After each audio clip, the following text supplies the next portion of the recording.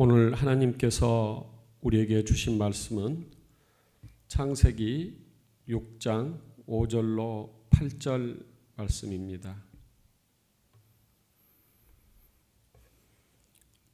이제 봉독합니다.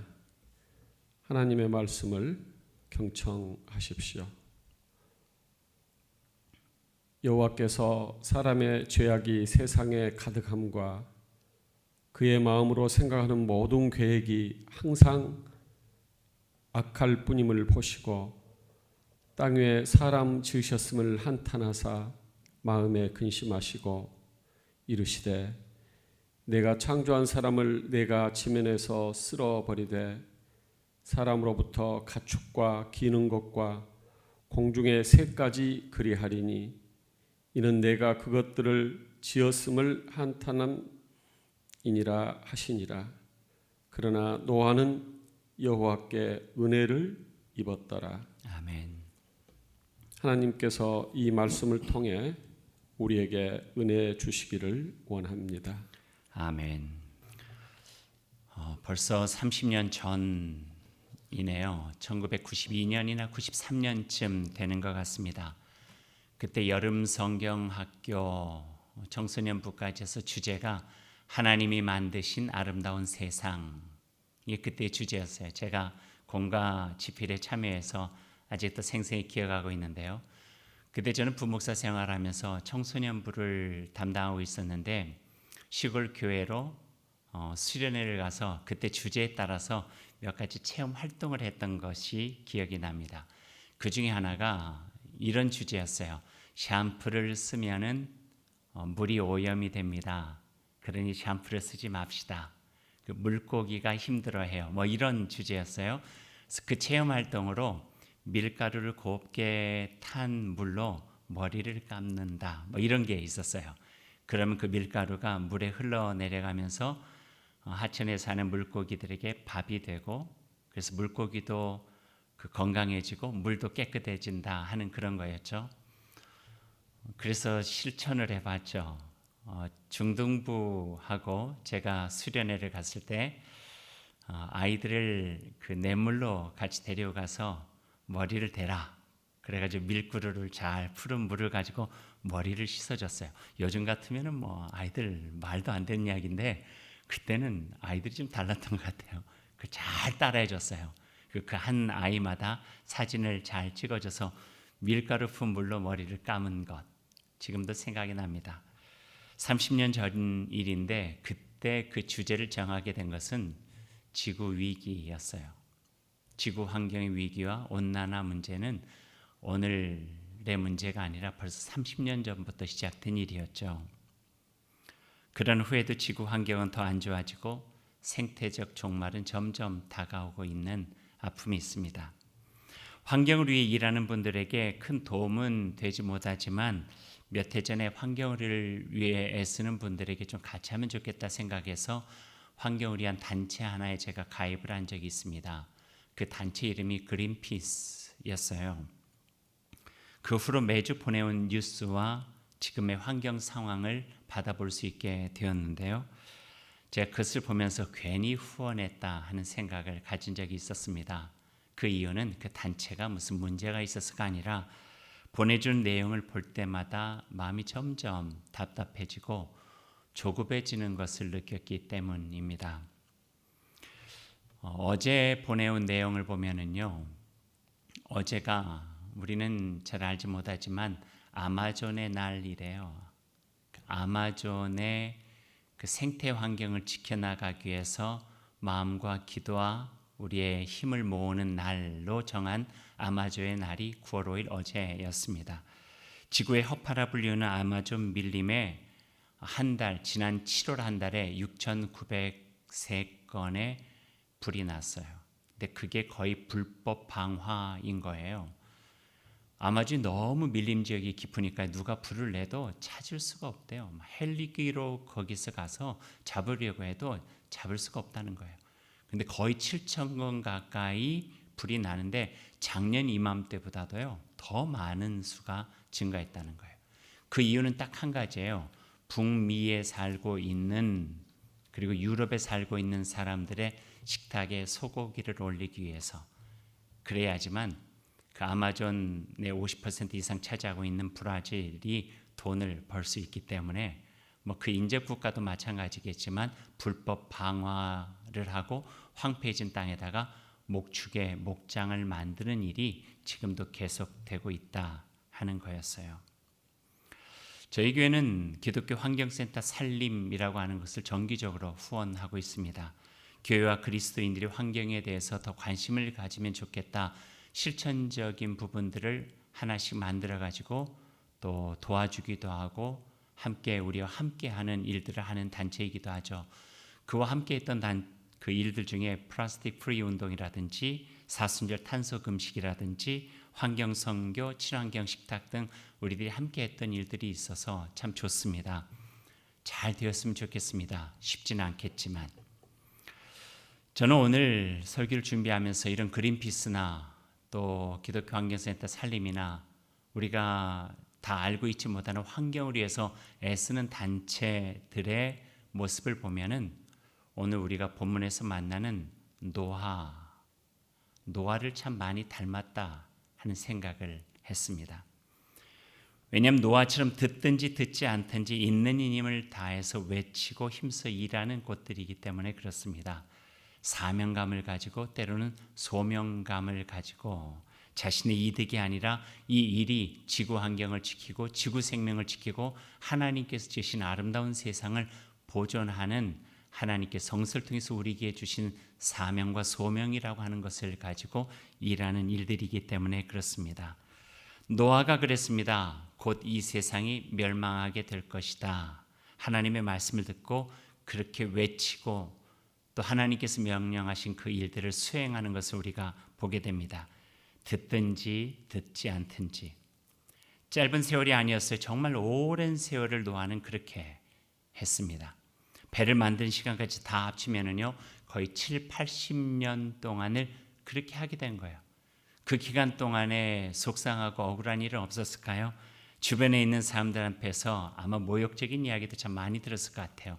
헛짓한다, 미쳤다, 비하하고 무시하고 모욕을 주고 너 하나님께 제대로 들은 거야? 의심할 수 있는 상황들도 얼마나 많이 있었을까요? 생각해 봅니다. 그럼에도 불구하고 노아는 하나님의 말씀을 철저하게 믿고 전하고 묵묵히 하나님께서 명령하신 그 일을 하고 있는 것을 우리가 보게 됩니다. 믿음의 끈기가 있는 사람 노아이죠. 오늘 이 노아에 대한 이야기를 여러분과 함께 나누고 싶습니다. 오늘 말씀을 함께 보시죠. 그렇게 긴 말씀이 아니니까요. 한 절 한 절 저와 함께 눈으로 보시고 또 입으로 읽어가면서 오늘 말씀을 보면 좋겠습니다. 5절 말씀입니다. 여호와께서 사람의 죄악이 세상에 가득함과 그의 마음으로 생각하는 모든 계획이 항상 악할 뿐임을 보시고 팩트예요. 당시 그랬습니다. 죄와 악이 가득한 세상이라는 거예요. 그 모습을 보면서 6절 말씀에 하나님의 마음이 나와 있는데요. 하나님의 마음이라기보다는 하나님의 좀 격해진 감정 같은 걸 보게 됩니다. 6절 말씀이에요. 땅 위에 사람 지으셨음을 한탄하사 마음에 근심하시고. 그리고 7절 말씀으로 이어져요. 7절 말씀에는 그 격해진 감정을 가지고 하나님께서 어떤 결정을 내리시는가 하는 게 7절에 나와 있습니다. 함께 읽어보시겠어요? 이르시되 내가 창조한 사람을 내가 지면에서 쓸어버리되 사람으로부터 가축과 기는 것과 공중의 새까지 그리하리니 이는 내가 그것들을 지었음을 한탐함이니라 아시니라. 하나님의 상심과 분노가 느껴집니다. 내가 창조했다. 내가 만들어 내가 없애는 것이 가슴 아프지만 괴로운 심정으로 무겁게 결심하시는 심판하시는 하나님의 그 결정을 7절 말씀을 통해서 보게 되죠. 이게 끝이 아니에요. 8절에 보면은요. 반전접속사 그러나로 이어지는 또 다른 말씀이 옆에 붙어 있어요. 8절 말씀도 함께 읽죠. 그러나 노아는 여호와께 은혜를 입었더라 이거예요. 오늘 설교 제목을 저는 나함에서 톱으로라고 지었습니다. 여기 우리가 잘 쓰지 않는 알기 힘든 두 단어가 있어요. 하나는 나함이고 또 하나는 톱이에요. 둘 다 성소의 원어인 히브리어인데요. 그 중에 나함이라고 하는 단어가 오늘 본문의 6절에 나오고 있습니다. 땅 위에 사람 지으셨음을 한탄하사. 그 한탄이라고 하는 단어가 나함이에요. 나함. 본래의 뜻에 담겨져 있는 의미는요, 한숨을 쉬다, 한탄하다, 그리고 또 다른 의미로는 후회하다가 있어요. 후회하다. 그러니까 5절 말씀부터 읽어보면 이런 말씀이죠. 여호와께서 사람의 죄악이 세상 가득함과 그의 마음으로 생각하는 모든 계획이 항상 악할 뿐임을 보시고 땅 위에 사람 지으셨음을 후회하시면서 근심하고 탄식하셨다. 이렇게 말씀하시는 거예요. 근데 하나님의 마음은요, 원래 그러지 않으셨어요. 나함이 아니었어요. 한탄, 한숨, 후회가 아니셨어요. 창세기를 시작하면서 가장 많이 나오는 단어 중에 하나가 오늘 설교 제목에 나와 있는 또 하나의 단어인 토브예요. 토브.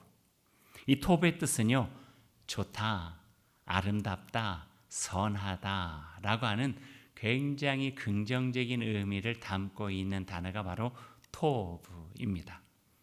하나님이 엿새 동안 세상 만물을 창조하시면서 반복하셨던 말씀이 바로 토브예요. 첫째 날 하나님께서 모든 만물 창조하신 가운데 하신 말씀 보시기에 좋았더라. 토브예요. 둘째 날 토브. 참 좋다. 내가 보니까 내가 만들었지만 너무너무 좋다. 내가 만들었지만 너무너무 좋다. 매일매일이 반복되어지는 토브가 있는 거예요. 여섯째 날은 어떻습니까? 사람까지 지어놓으신 다음에는 앞에다가 아주 좋은 형용사까지 부사까지 같이 넣는 거예요. 심히 좋았더라. 토브, 그냥 좋은 것이 아니라 너무너무 좋다는 거죠. 내가 지어놓았지만, 내가 창조하였지만 너무너무 좋다. 토브, 토브, 토브. 이렇게 이야기를 하고 계시는 거예요. 그 말씀을 하시는 하나님께서 어떤 표정을 지으셨을까 생각해 보면은 우리가 선하게 알 수가 있습니다. 그리고 그리 많은 날이 지나지도 않았습니다. 토브, 참 좋고 아름다운 세계가 나함, 후회하고 후회한다 하시며 한숨을 내쉬며 한탄하시는 세상으로 바뀌어 버리고 말았습니다.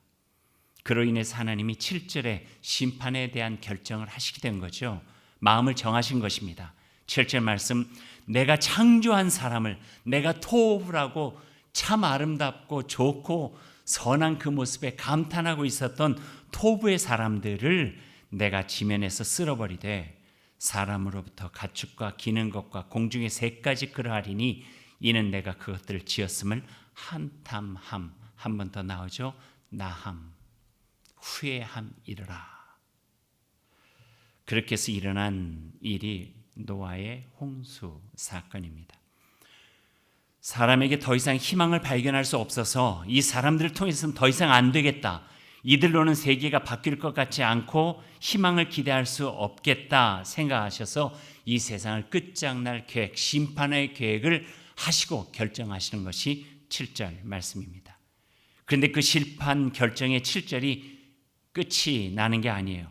갑자기 8절 말씀이 툭 튀어나오면서 전체적인 분위기에 반전을 주고 있습니다. 8절 말씀을 다시 한번 읽어보죠. 그러나 노아는 여호와께 은혜를 입었더라.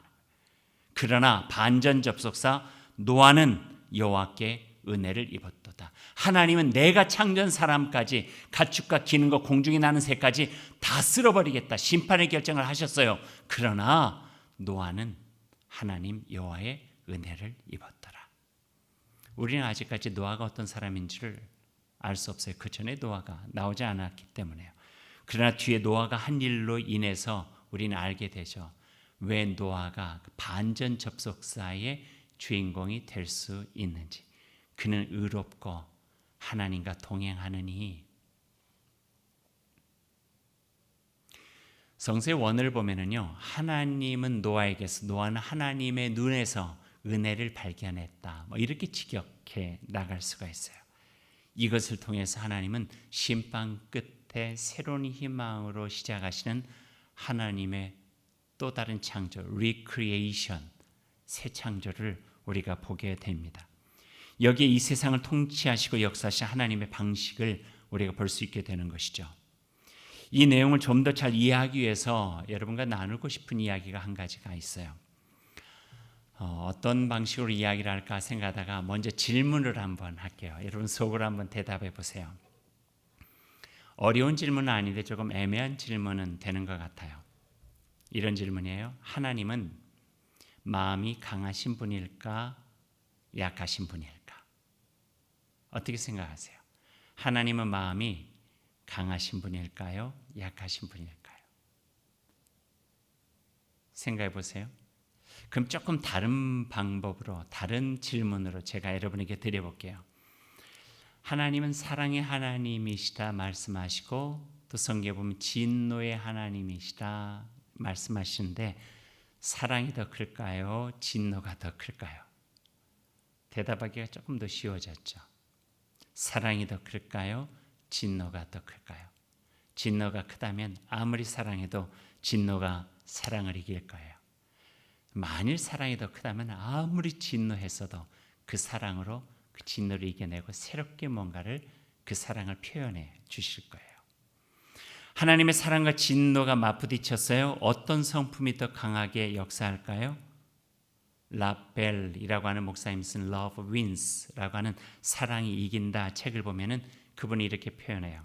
하나님의 사랑은 정죄보다도 더 크고 미움보다도 더 크고 끝도 없는 절망보다도 더 크고 죽음보다도 더 크다. 그래서 늘 하나님의 사랑은 이기셨다. 그리고 그 상징이 십자가다. 그렇게 이야기를 하세요.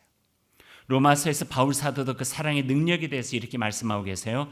8장 37절이에요. 그러나 이 모든 일에 우리를 사랑하신 이로 말미암아 우리가 넉넉히 이기느니라 내가 확신하노니 사망이나 생명이나 천사들이나 권세자들이나 현재일이나 장래일이나 능력이나 기품이나 다른 어떤 피조물이라도 우리를 우리 주 그리스도 예수 안에 있는 하나님의 사랑에서 끊을 수 없으리라.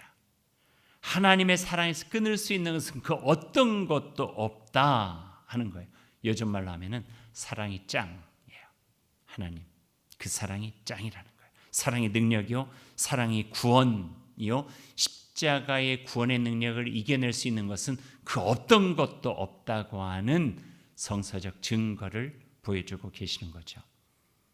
하나님의 사랑은 죽음과 절망의 끝에서 희망의 싹을 피우시고 칠흑과 같은 어둠에서 한 줄기 빛을 보여주시는 희망과 생명의 사랑, 그 사랑이 죽음과 같이 끝이라 여겨졌던 데에서 십자가가 그 문을 환하게 열고 비둘기처럼 생명의 구원으로 우리를 건너가게 하시는 하나님의 또 다른 사랑을 느끼게 해 주십니다. 다시 본문으로 돌아가 보죠. 땅 위의 모든 생명을 쓸어버리겠다 결정하셨어요. 그러나 이것은 끝냄을 위함이 아니라 다시 시작하기 위함이에요. 목적은 심판이 아니라 새로운 창조였어요. 그래서 8절 그러나 노아는 여호와께 이 은혜를 입었더라. 이것은 노아를 통해서 새로운 시작, 희망을 접지 않고 다시 시작하시는 하나님의 계획과 그 섭리를 엿볼 수 있는 매우 기독교 신학과 신앙의 중요한 말씀이라 하는 거예요. 내가 생각할 때 희망이 없어도, 내가 생각할 때 이 세상 끝이라 여겨져도 하나님은 어떤 방식으로 간에 하나님의 그 사랑으로 새로운 시작을 준비하고 계신다는 거예요.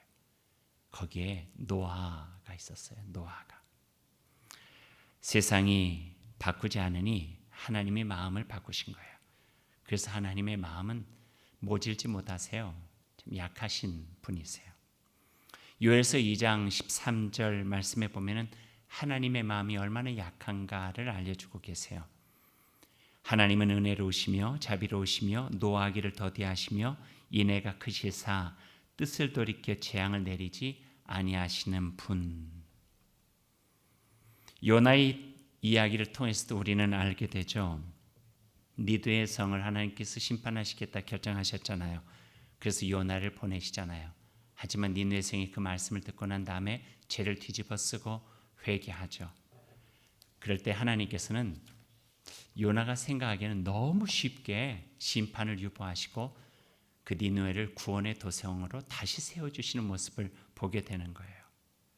성경에 소돔성의 심판을 놓고 아브라함과 하나님이 대화하는 장면이 있어요. 의인 50명만 있으면 이 성을 심판하지 않으시겠습니까? 라고 묻는 아브라함의 그렇다. 근데 아브라함이 마음이 그래요. 40명, 30명, 20명, 10명까지 줄었죠. 그러나 10명만 있어도 하나님의 대답은 심판하지 않으시겠다 했어요. 저는 그 말씀 읽으면서 이런 생각도 했어요. 아브라함이 더 이상 부탁드리기 민망했을지 모르지만 10명에서 좀 더 줄여서 1명만이라도 있으면은 하나님 이 성 심판하지 않으시겠어요? 대답은 여러분이 하세요. 제 마음에는 하나님은 그 1명으로 인하여서 희망의 빛줄기를 보셨을 것이다 하는 마음을 가져요. 오늘 말씀에서 노아 한 사람을 통해서 새롭게 시작하시는 하나님의 모습을 보게 됩니다. 노아의 홍수 사건은 그렇게 시작한 거죠. 그러나 노아는 여호와의 은혜를 입었더라입니다. 의인이요 하나님의 은혜를 입은 노아를 통해 방주를 짓게 하시고 그 상징으로 세상을 설득하시는 하나님의 마음을 엿볼 수 있는 희망의 상징이 바로 노아의 방주가 되어진 것입니다. 그리고 40주야의 비가 내리죠. 그리고 노아의 가족만 살아남게 됩니다. 어떤 신학자는 그 노아의 홍수 사건을 이야기하면서 40주야 그렇게 많은 비가 내린 것은 자신이 그토록 아끼고 자신이 창조하면서 그렇게 정말 감탄했던 이 세상과 사람들을 자기 손으로 쓸어야 버려야 됐던 하나님의 눈물이 그토록 많이 있었기 때문이다. 이렇게 표현하는 신학자도 있습니다. 심판의 사건일지 모르지만 자신이 만들어 그렇게 좋아하던 세상을 다시 지어야 하는 하나님의 아픈 가슴이 느껴지는 사건이기도 합니다. 저는 오늘 말씀을 시작하면서 지구 환경의 심각함에 대해서 이야기하는 환경운동가들이 마치 노아를 닮았다 하는 말씀을 드렸습니다. 아무리 이야기를 해도 가장 무덤덤한 반응이 나오는 문제가 바로 지구 환경 문제예요. 30년 전이나 20년 전이나 10년 전이나 지구가 위험하다. 온난화가 참 우리를 위협하고 있다. 정말 애써야 된다. 환경을 지켜나가기 위해서 또 생명을 지켜나가기 위해서 생태적 종말 앞에서 우리들이 각성해야 된다. 이야기를 하지만 여전히 무덤덤하게 지내는 우리들의 삶의 습관들과 생활의 방식들이 있습니다. 저희 교회가 이번 코로나 상황을 같이 되면서 장로님들과 이런 이야기를 했습니다. 생태, 환경, 생명이 정말 중요한 문제라고요. 그래서 내년부터라도 우리 교회 안에 예배위원회, 선교위원회 있듯이 환경위원회, 이름을 어떻게 정해도 좋겠지만 생태위원회, 생명위원회라고 해도 좋고 그렇게 모임을 만들어서 교회 안에서나 우리 각 가정, 개인이 할 수 있는 하나님의 창조 세상에 겸손한 피조물로 살아가는 삶의 활동들을 구체적으로 할 수 있도록 돕고 연구하고 실천 방법을 짜고 교회 안에서 조금 더 잘해 나갈 수 있도록 노력하자 하는 그 이야기도 해본 적이 있습니다. 저희 교회는 노력해 왔어요. 안 한 것은 아니에요. 빅그룹 운동부터 시작해서 일회용 교회 안에 쓰지 않기 운동, 탄소 금식도 했었고요. 재생용지를 가지고 주부를 만들고 여러 가지 일들을 했죠. 플라스틱 프리 운동이라든지. 그러나 이 정도 가지고는 되지 않을 것 같은 조급한 마음이 우리 안에 있게 된 것입니다. 왜냐하면 환경의 문제는 더 이상 환경이 아니라 우리의 생존의 문제예요. 신앙을 가지고 살아가는 삶에 구체적인 실천이 있어야 되는 중요한 문제이기 때문입니다. 사진을 한 장 제가 여러분에게 보여드릴게요. 이 사진 보여드리기 전에 보여드리는 것이 좋을까 하는 생각을 했는데 너무 자주 봐서 어떤 사진인지 알고 계시죠? 바로 코로나 바이러스의 사진이에요. 보기만 해도 끔찍하죠. 갑자기 염려되고 불안하고 두려운 마음까지 드는데요. 코로나라고 하는 이름의 뜻이 라틴어로 왕관이라고 하는 뜻이에요. 왕관, 크라운, 왕관이라는 뜻인데 그 생김새가 마치 왕관을 닮아서 붙여진 이름이죠. 왕관은 왕의 권위와 힘을 상징하는 것처럼 이 왕관을 닮은 코로나의 위세와 그 힘도 대단했어요. 인간의 모든 일상의 행동을 멈추게 했고 공장과 항공기도 다 멈춰 세워버렸습니다. 세상을 바꾸어 놓았던 힘이죠. 근데 여기에 또 하나의 코로나가 있습니다. 제가 말씀드리는 것은 코로나19 이후에 코로나20이나 21 이런 또 다른 바이러스를 보여드리기 위함이 아니라 또 하나의 코로나를 여러분에게 보여드리고 싶은 거예요. 사진을 보여드릴게요. 왕관이에요. 이것도. 하지만 다른 것은 가시왕관, 가시관이에요. 로마 군인들이 예수님을 조롱하면서 날카로운 가시로 얼룩어서 만들어서 예수님의 머리에다가 씌운 왕관, 가시관이죠. 이 예수님이 쓰신 가시왕관도 권위와 힘이 있습니다. 코로나는 사람을 죽이지만요, 이 가시관은 사람을 살려요. 죽음을 이겨내는 왕관이 바로 이 코로나, 가시코로나, 가시왕관, 예수님의 가시면류관이에요. 슬픔, 절망, 아픔, 상처 치유하는 힘이 있는 관, 세상의 희망으로 다시 서게 할 수 있는 왕관, 왕 대신 예수 그리스도께서 이 땅에서 피를 흘리시면서 쓰셨던 그 관, 가시면류관이죠. 이게 예수 그리스도의 왕관이에요. 사람을 죽이는 코로나를 무엇으로 이겨낼 수 있을까? 우리의 세상의 힘에 의지하고 살아간 내 이기심의 왕관들, 명예의 왕관들, 탐욕의 왕관들 무엇으로 이겨낼 수 있을까?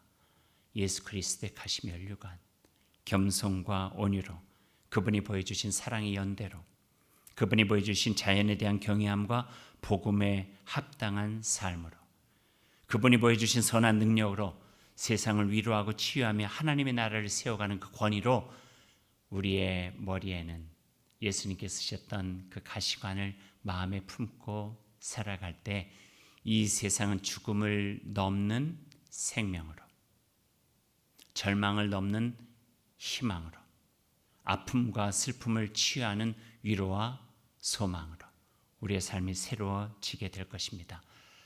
예수님처럼 쉽진 않을 거예요. 노아처럼 어쩌면 우리는 듣든지 듣지 않든지 보든지 보지 않든지 알든지 알아주지 않든지 하나님의 은혜를 받은 사람으로 지금 여기에서 우리와 함께 하신 주님과 더불어 살아가는 일, 끈기 있는 믿음의 삶이 우리에게 요청되고 있는 신앙의 삶이라 여겨집니다. 이제 말씀을 맺겠습니다. 설교 제목을 정하면서 약간의 고민을 했습니다. 원래 성서의 순서로 보면은요, 토부가 먼저 나오고 나함이 뒤에요.